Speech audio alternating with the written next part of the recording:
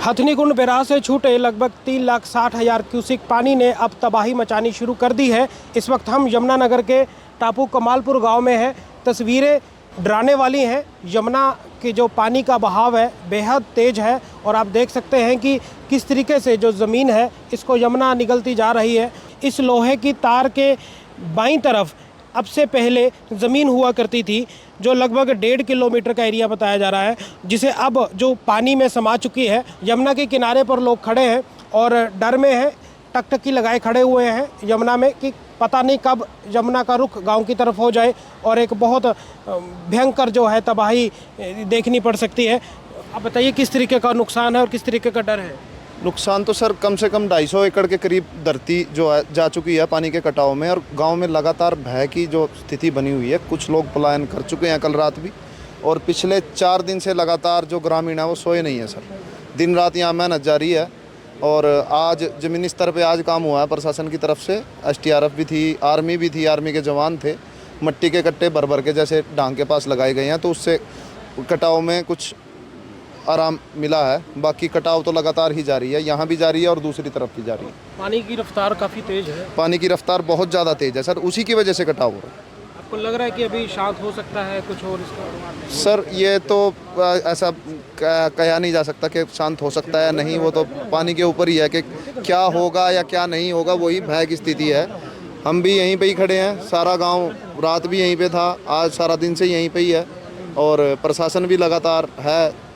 लेकिन अभी पानी उतरेगा तो तभी कुछ काम हो सकता है। इसमें भी अगर बैरिकेडिंग पत्थर की लगाई जाए, स्टोन्स लगाए जाएं, तभी कुछ होगा। उससे पहले तो कुछ नहीं होगा। बस डर का माहौल इसीलिए ही है। धीरे धीरे ये कटाव 4 दिन पहले शुरू हो चुका था, मगर अब थोड़ा राहत की बात यह है कि जो प्रशासन की तरफ से यहाँ पहुँच चुके हैं और कुछ बचाव कार्य शुरू हो गया है। आप बताइए किस तरीके के हालात हैं? हाँ जी, देखिए हालत तो बड़े क्रिटिकल है। लास्ट 4 डेज से कटाव काफ़ी हुआ है। सैकड़ों एकड़ ज़मीन, और जो ये प्रकृति की ये जो पेड़ है जिसको कहते हैं कि एक पेड़ को बच्चे की तरह पालना पड़ता है, हज़ारों पेड़ सब वो ज़मीन के साथ जलमग्न हो गए हैं यमुना जी में। इसका जो मेन कारण है कि 2013 से हमारे यहाँ पर जो कार्य होना चाहिए था प्रशासन द्वारा, जो पटड़ी, जो पेचिंग, जो बांध लगाने चाहिए थे वो नहीं हुआ। हमने प्रशासन को अवगत कराया।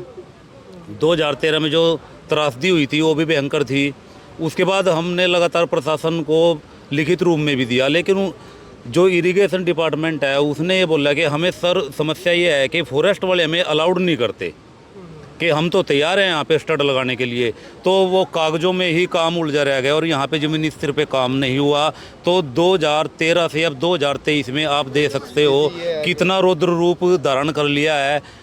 समस्या यह है कि जो हमारा गांव है वो बिल्कुल टारगेट पे आ गया है यमुना नदी के।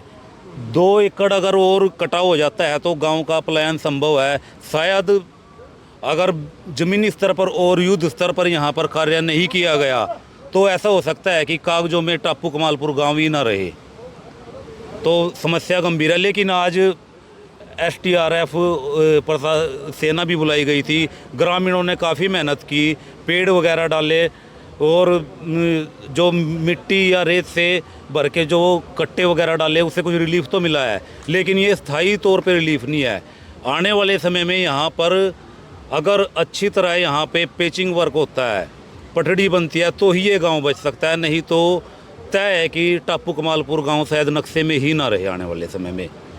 ग्रामीणों में इस बात को लेकर रोष भी है कि 2 विभागों की आपस की खींचातानी में वो काम नहीं हो पाया ज़मीनी स्तर पर जो अब तक हो जाना चाहिए था। शायद उसकी वजह से ये खामियाजा भुगतना पड़ रहा है, और कहीं ना कहीं ये डर भी है कि अगर भूमि कटाव इसी तरीके से जारी रहा तो वो टाइम भी दूर नहीं कि टापू कमालपुर जो गाँव है वो अपना वजूद ही खो बैठे।